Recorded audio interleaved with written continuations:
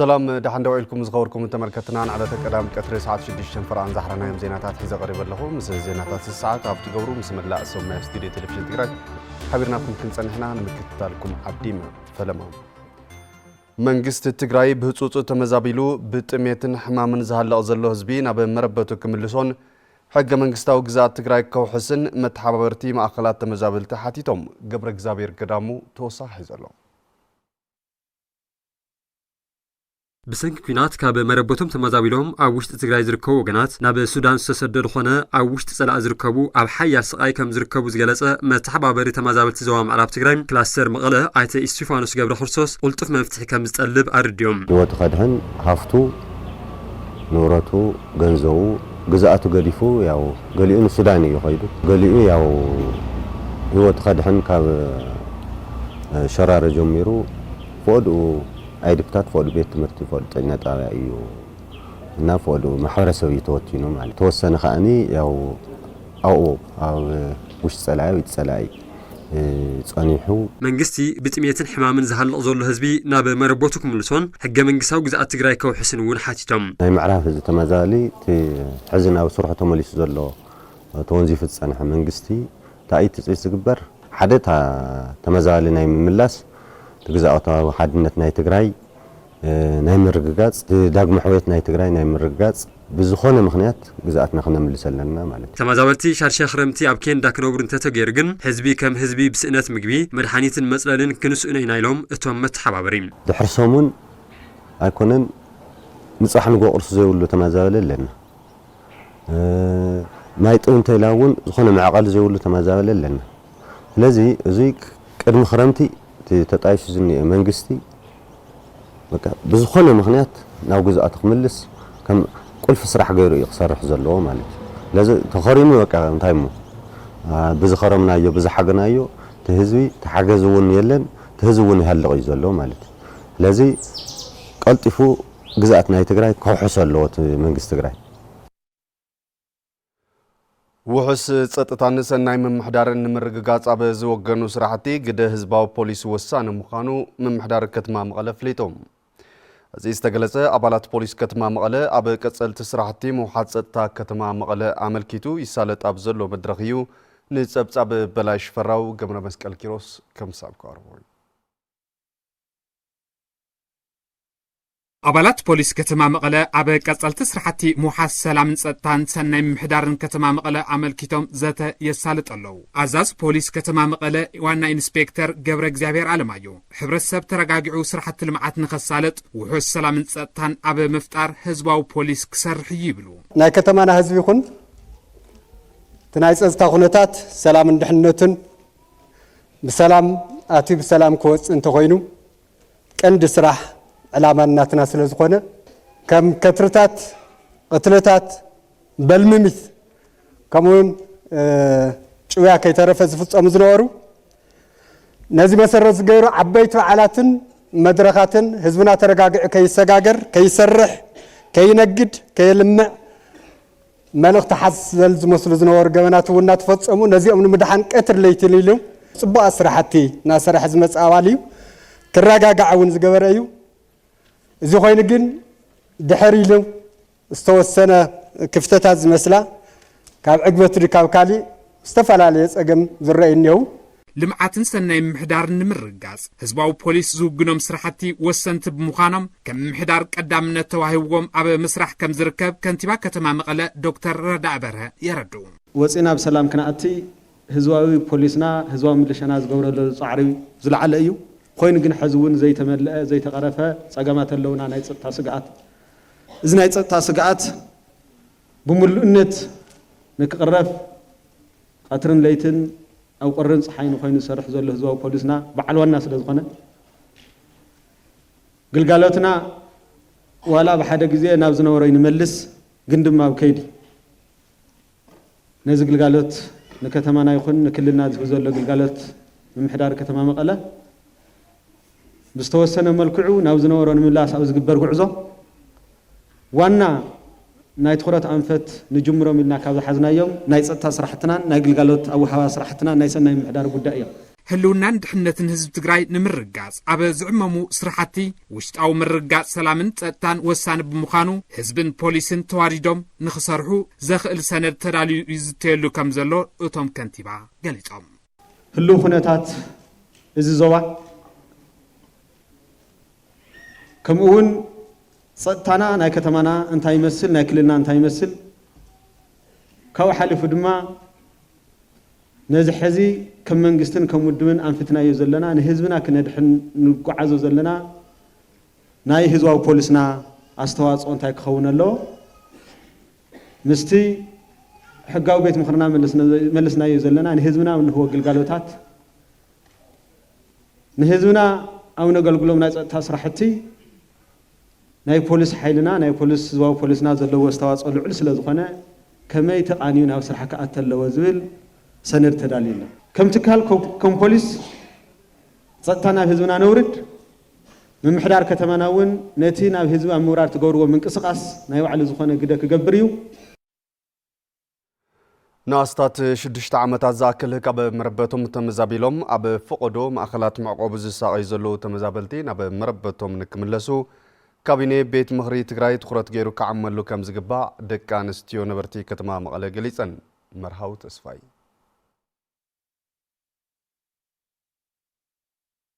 ተጠናኺሩ ቀጺሉ ዘሎ ክልከላ ህዝቢ ትግራይ ንምብዳህ ካቢኔ ቤት ምኽሪ ትግራይ ምጥያሹም ወሰናይ ግደ ከም ዘለዎ ደቂ ኣንስትዮ ነበርቲ ከተማ መቐለ ክፍለ ከተማ ሓወልቲ ገሊፀን ጣዕሚ ካብ መጠን ብላዕሊ እዩ ህዝቢ ተሓጊሱ ግን ክኾን ተሎ ግን በቃ ሙሉእነት ዘለዎ ብምሉኡ ኣፍቱ ለሎ ክባይ ዕጻይ ተኸፊቱ ብግቡእ ስርሑ ፈጺሙ ትድኻ ለሎ ተሃለ ማሕበረሰብ ለሎ ጸገማት ክፈትሐሉ እዩ ልብል ግምት ነኒ መንግስቲ ትግራይ መምላሱ ነሲ ህዝብና ከማና ዘለ ትግራዋይ ክምለስ ዝብል ተስፋ ብምንታይ ብሰላም ብሓድነት ብምርዳእ ህዝቢ ትግራይ ውግእ ይደልን ነባር መንግስትና ናቦቱ መምላሱ ያው تزلنا ጸዋ تزلنا ኩነታትስ ኣብ ዝሓፀረ ሰዓት ክስተኻኸሉ ይናና ነጽበ ህዝብና እውን ብኸመይ ይጽበ ምክንያቱ ሕና ፍትሕ ዘይነገሰሉ ውስብስብ ዘለሉ ማንም ሰብ ማንም ዜጋ ዘለዎ ጸገማቱ ተሓታትነት ይኹን መልሰብ ዘይረኸሉ ኩነታት ኢና ነርና ካቢኔ ቤት ምኽሪ ትግራይ ካብ ዝተፈላለዩ ፖለቲካዊ ውድባት ትግራይ ዝተወከሉ ኣመራርሓ ኣብያተ ዕዮ መንግስቲ ገይሩ ምሻሙ ፍትሓውን እዋናውን ምዃኑ ድማ እተን ወሃብ ትርኢቶ ይዛረባ ናኻሊ ፓርቲ ምሕዋሶም ብጣዕሚ ወሰን የብለይ ከምኡ ኢሎም ይቐጽሉሉ ካብኡለ ግን ቶም ወሰን ኣትዮም ለለውለ ናይቶም ተመድሪኾም ብሱርትል ነበረ ፍትሒ ልጠፍአ ፍትሒ ክዕርይዎ እዮም ልብል ግምት ነኒ ተፈላለየ ፓርቲታት ምእታው ኣነ ይድግፎ እየ ከመይ ሰላም ከም ጽልና ይኽእል ይዝብል ተስፋ ኣለኒ ምክንያቱ በይንኻ ትሰርሐና ምስ ሓድነት ጌርካ ምስቲኦም ጌርካ ተረዳዲእኻ ትሰርሕ ትኾንካ ሰላም ክመጽእ ይዝብል ተስፋ ስለትሕስ ያው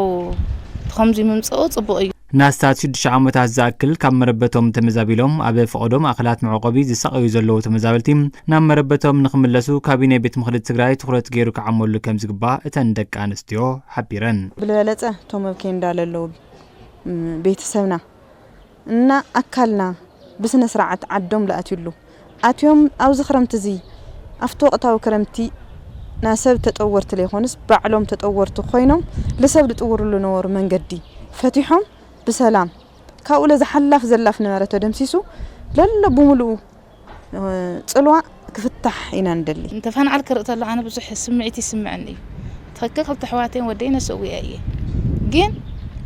نعاوم كرت الله انا بقى حزني كم زي يرسع كل غزي راسي زهبن تاوزلادو خما يوداسينا تاوزلادو خما يساياسينا كم وقت رت الله خا بقى كل غزي أو كان زخان أو حزن كان خا تذكر تمهارو كالاي برك بيت مرتاخصم لمزبن أب زوها بهاجراو فتنا زحشة وتصيت نممصا أبرتعم يصنعو كم زلو تزاريبهم تمهارو عامم نخعبيو حجزاتي جبر لهم كم زلو دما ممران جليسهم في السامز جبن زوادو صبصاب درس برهانه كم صاف كاربوي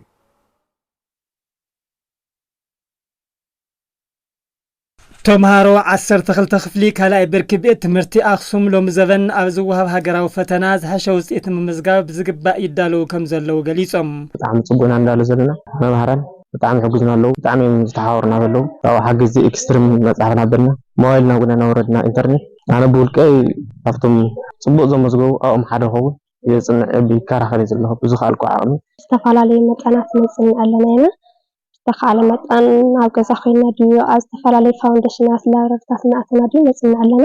ኣብ ዝለዓለ ደረጃ ንምንጻሕ ከዓኒ ኣብ ተረጫት ዘለዎ መምሃራንና ሳቶም ለና ኣና ዝለዓለ ደረጃ ንኸውጽሕና ብዙሕ ይጽርና ኣለዎ ሕናውን ሁሉ ምስጋና እዩ ዘለና ኣብ ሰዓትና ተረኺብና መምሃራንና ዝበሉና ሰሚዕና ተማዝና ንኽንመሃር ንጽርለና ተምሃሮ ዓቕሚ ፈጢሮም ዕውታት ንኽኾኑ ኩለ መዳይ ሓገዛት ይግበረሎም ከም ዘሎ ድማ መምህራን ሓቢሮም ሞዴል ቅድሚ 2 ቅነ 3 ቅነ እዞም ተምሃሮ እዚኦም ፈቲናዮም ኢና ናይ ታሽዓይ ናይ 10 ናይ 11 ፈተና ክመጾም እዩ ምስ ናይ 12 ኢንክሉድድ ኮይኑ ማለት እዩ ትምህርቲ ሚኒስተር እውን ከምኡ ገሊጽዎ እዩ ስለዚህ እዚ ትምህርቲ እዚ ተማሂሮም ዞም ቆልዑ እቲ ዝድለ ክእለትን እቲ ዝድለ ዓቕምን እንተሒዞም ተዓቕሚ not only for the family for the whole the Tigray people ስለዚህ ለትግራይ ህዝብ መሐጋዝ ይዝንዋል ርዕሰ መምህር ካልኣይ ብርኪ ቤት ትምህርቲ ኣክሱም ስዩም ካሕሳይ ብወገኖም ዘይተሸፈነ ትምህርቲ ንምክሕሓዝ ተጠናኸረ ደገፍ ይግበር ከም ዘሎ ገሊጾም በቲ ዝነበረ ፕሮግራም ቀለንተን ትምህርቲ መሰረት ገይሩ እቶም ተምሃሮ ኣብዚ ዓመት ክሕዝዎ ዝጭብጥዎ ኣለዎም ተባሂሉ ዝተገመተ ትሕሰ ትምህርቲ ከቨር ተገይሩ ዘይጨበጦ ይተርፎ እዩ ዝወናዮም ትሕሰ ዓይነታት ትምህርቲ ታዘለቶም ግዜም ውስቶም መምህራን እናተራዱ በታዘለቶም ፀባብ ግዜ ምክሓስ ትምህርቲ ወስዱ ዘለው እዚ ወስድዎ ዘለው ዓይነታት ትምህርቲ ናይ ሕሉፍ ናይ ታሽዓይ ናይ 10 ከምኡ ናይ 12 ምክሓስ ትምህርቲ ወስዱ ዘለው ተምሃሮ 12 ክፍሊ ብሙሉእ ዓርሰ እምነት ፈተናኦም ንክወስዱም ምስ ቴክኖሎጂ ክላለዩን ተመክሮ ክወስዱን ከም ዝተገበረውን ወሲኾም ሓቢሮም እዚ ከባቢ 271 ተምሃሮ ፎርም ሞልዮም ካብቶም 271 ተምሃሮ ፎርም በቲ ዝወሰድዎ ክልስ ሓሳብ ከም ቅድመ ይኮነን ሕዚ ብኮምፒውተር ሲስተም ማለት እውን በኦንላይን ምስለ ዝፍተኑ ነቲ ናይ ኦንላይን ክሕግዞም ይተባሂሉ እውን ናይ ባዕሎም ዝኾነ ኮምፒውተር ሰንተር ተኸፊትሉ ኣብኡ ቅድሚ ሕዚ እውን እናተለማመዱ ፀኒሖም ሕዚ እውን ክለማመዱ ኢና ፕሮግራም እኒአዎ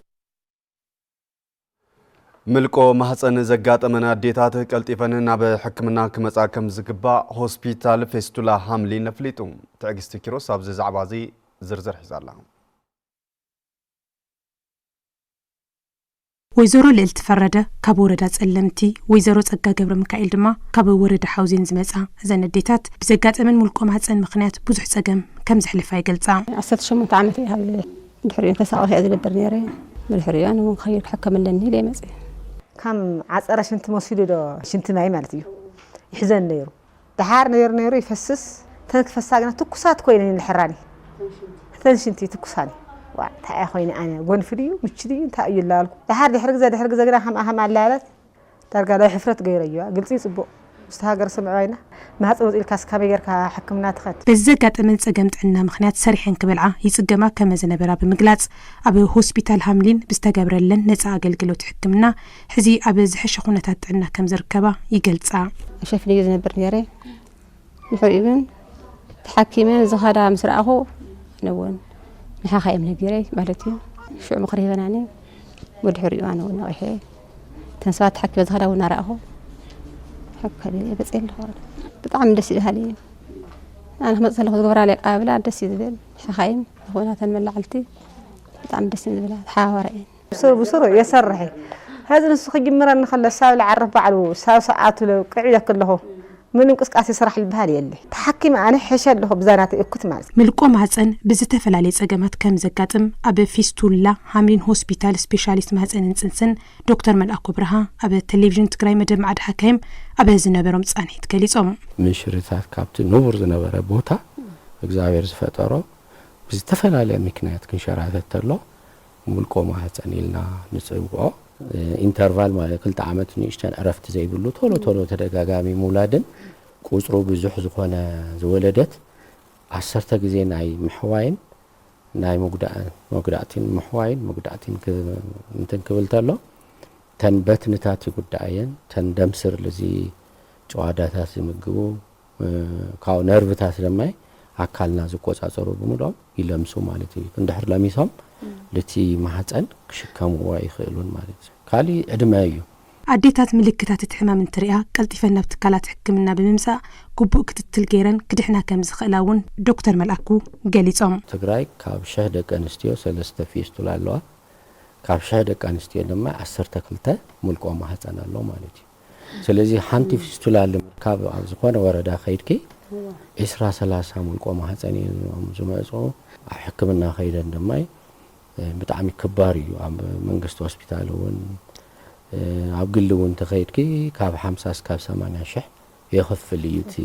ጽሩይ ዘሎ መጥባት ሙልቆ ማህፀን ተጋጥም ዘርኡ ምልክታት ዶክተር መልአኩ ብኸምዚ ገልጽዎ ተን ምልክታት ለ4 ይኽፈላ እየን ሓደ ብማህፀን ዝመጽእ ደም ምፍሳስ ሽታ ዘለዎ ነገር ምፍሳስ እንደገና ተጎልግሉ ወጪውስ ዘይምምላስ ናይ ማህፀን ምልክት ከሉ ተሎ ወይ ኣይቆጻጸራን ወይ ዓጽረ ሽንቲ ይገብረለን ወይ ድማ መልእን ኣይውድኦን ተማህፀን ብጣዕሚ ስለዝገፍሕ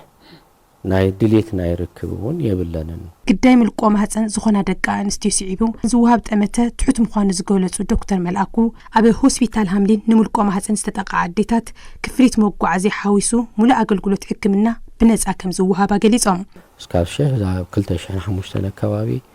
ሙልቆ ማህፀን አገልግሎት ይውናይና አመት ከገብራት አለዋ ይመጻ ወይም ዝኾነ ተረፈ ነገር ታልዩ ምንም ዝኸፍሎ ነገር የለም ትራንስፖርታቸው ወጪ ባስናና ነሽፍነው ኣብ ከተማ ሸራሮ ኣብ ከባቢ ሞልጊ ፕሮጀክት ድሪብ በክላስተር ንዝተወደበ ሓረስቶት ምሩጽ ዘርን ማዳበርያን በሓገዝ ከም ዝተዓደለ ቤት ጽሕፈት ዘፈር ቁጠባታ ከተማ ፍሊጦም ተጠቀምት ትዕድል ዝኾኑ ሓረስቶት ብተግባር ዝተደገፈ ስልጠና ከም ዝወሰዱ ብምግላጽ ብመስመርን ብኩታ ገጠምን ምሸላን ምዝራእ ከም ዝተዳለው ተዛሪቦም በዓል ሞያ ዘራእትን ልምዓት መስኖን ኣይተ ግርማይ ገብረ ህይወት ኣብታ ከተማ 41 በክላስተር ዝተወደበ ሓረስቶት ብኩታ ገጠም ምሸላ ክዘርኡ ምድላዋት ከም ዝተወገነ ገሊጾም ምክትል ሓላፊ ቤት ጽሕፈት ዘፈር ቁጠባ ኣይተ ተስፋ ማርያም መብራህቶም ብግዶም ሓረስቶት በክላስተር ተወዲቦም ብኩታ ገጠም ምሸላን ምዝራእ ኣድላይ ደገፍ ይግበረሉ ኢሎም እቶም ምክትል ሓላፊ ሓገዝ ምሩጽ ዘርን ማዳበርያን ይከፋፈል ከም ዘለውን ገሊጾም ከም ጸብጻብ ሓበሬታን ርክብን ከተማ ሸራሮ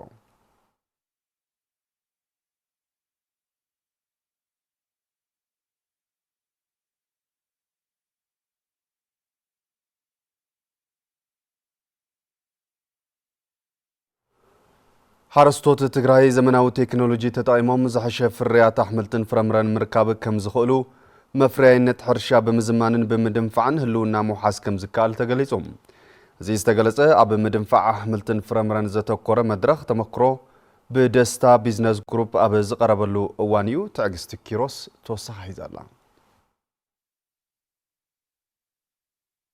بمسرة تنبيع ميترولوجي تግራይ بمخنيات مزبع كونتات أير أب مفرينة حرشة 2019 عامة مرت كقاتم زخل تسقى من مكلا زخل مدلاو كم زوجنا حلفي بيرو حرشة في تفترون تግራይ أي تألم برهان هاريفي يفليتهم حدا غازي صعبين نمو الناس أبز قبر كيدي تم كساب حز جور نايم مدلاو صراحتي تبى بدرجة وزلوا أكلاتن حرشان هفت فترون خدوا نايم جوار بأخمر نايم جوار قدايو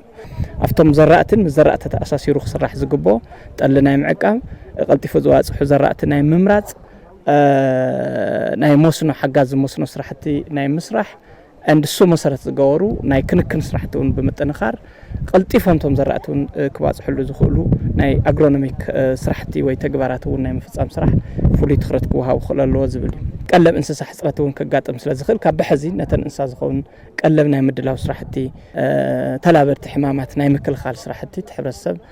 سو مسرت غير كسرح زلو مخانو بدن بمردا خدليو دنتات كعقو مفاسات كعقو ناي طلع عقبت ستراكشرات ناي محمد ما يسرحت بمسرح بيلنا اب حرشان هابت فطرون كبصح زخل غداتن صعبين ناي مقنا سرحتي اطنخيرنا كنوسد كم زلنا كبدت تكغاطم زخل صعبين بمردا حبرتسب كاب زيد اللي خنت قطبن اب عرس مركوزا كتكر اي تعلم برهان اجنزيبم حزبنا ኣብ ዓርሶም ርኮሳ መሰረት ዝገበረ ኩሎም መድያው መፍረይነት ናይ ምዕባይ ምንቅስቃስ ፍሉይ ትኹረት ክገብረሉ ክእለሎ እዚ ኩሎም ፍርያታት ሕርሻ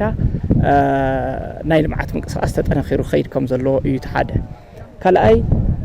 ብዝኾነ ኣጋጣሚ በዚ ከምዚ ዝበለ ምንቅስቃስ ይኹን በቲ ጠቕላላ ከም ትግራይ ዘለና ህልው ኩነታት እውን بمسارة حزبنا بتميت كموتولو زخل عدل بفصوم كفتر يولون وزي أما الناس كله منقستاو زي كون تكالاتن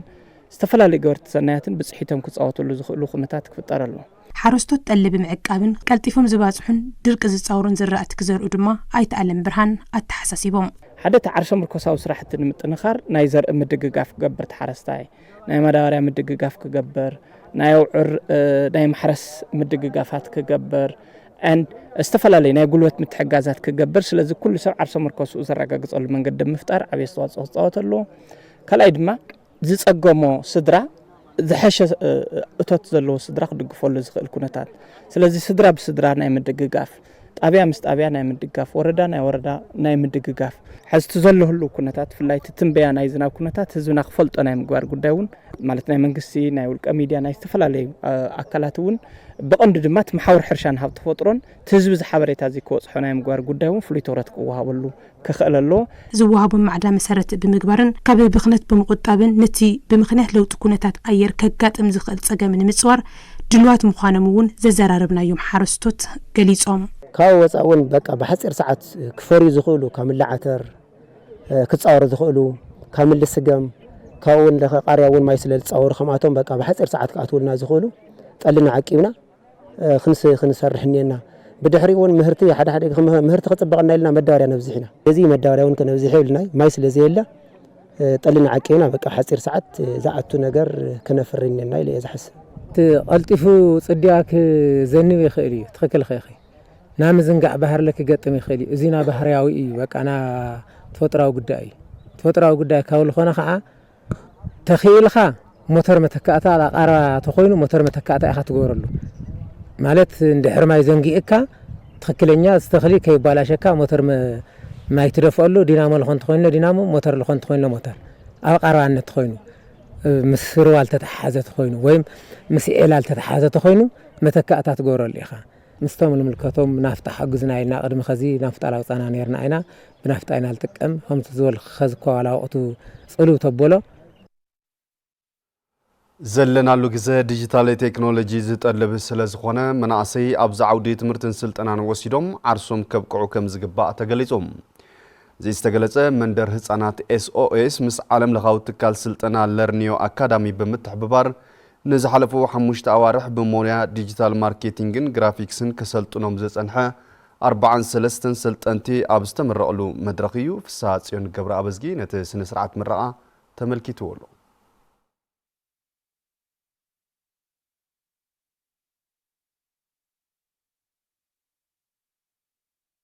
መንደር ህፃናት SOS ምስ ዓለም ለኻዊ ትካል ስልጠና ለርኒዮ አካዳሚ ብምትሕብባር ንዝሓለፉ 5 ዋርሕ ብሞያ ዲጂታል ማርኬቲንግን ግራፊክስን ከሰልጥኖም ጸንሐ 43 ሰልጠንቲ ኣመሪቖም ዳይሬክተር መንደር ህፃናት SOS ትግራይ ኣይተ ንጉስ ሃይሉ ስልጠናኦም ብዝግባእ ዛዚሞም ዝተመረቑ መናእሰይ ወኒኖሞ ዘለው ሞያ ምስ ዘመናዊ ዓለም ተላልዮም ንዓርሶምን ካልኦትን ፈጠርቲ ስራሕ ክኾኑ ከም ዝግባእ ኣገንዚቦም SOS ህፃናት መንደር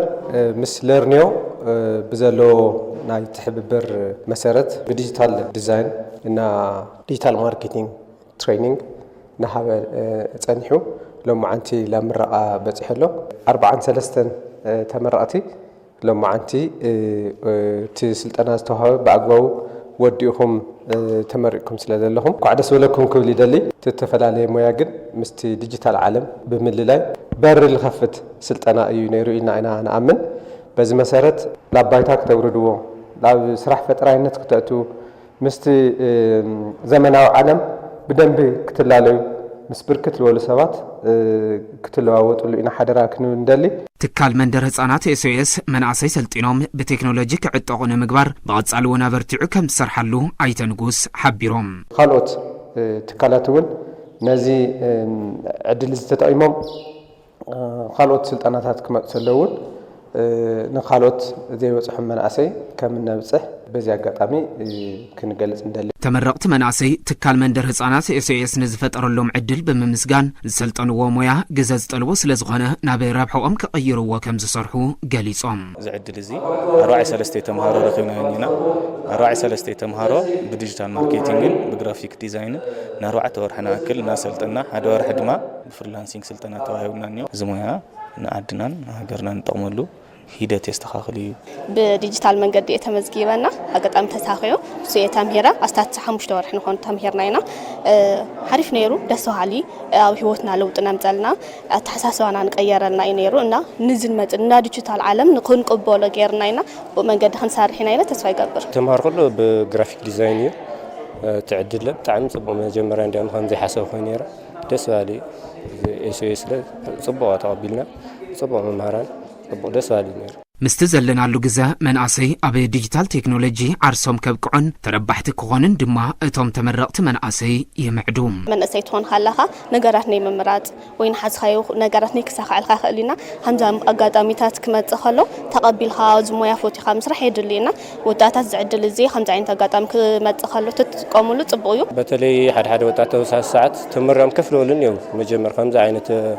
انت تقني تلو اللي سمعوا بزحتني انهم زعين تعدل تتغني صبغي بنتخال متن زي ديجيتال سكيل ابلاي ناغرنا نتمهرنا ايفن ولا نغفل وصاي بدل عقم اندحر لينا دما بسفاره السوشيال شانلات استمرت زي باهوينا او ابلاي مغار ديجيتال سكيلنا بمعبال بديجيتال سكيل تنطقالي غزينا ديجيتال سلنخونه زينات سبورت نزقربلنا مسارحتنا تخصت حاجوس امسكينه زخبركم تملكتنا ساعه 6 فرعان زحرنا زينات التلفزيون تግራይ ዞም ክሳብ ሕዚ ተኸታተልኩሞም ይመስሉ ነይሮም ስለ ተመክታልኩም ክብረት ያበልና በብዘለኹሞ ብሩኽ መዓልቲ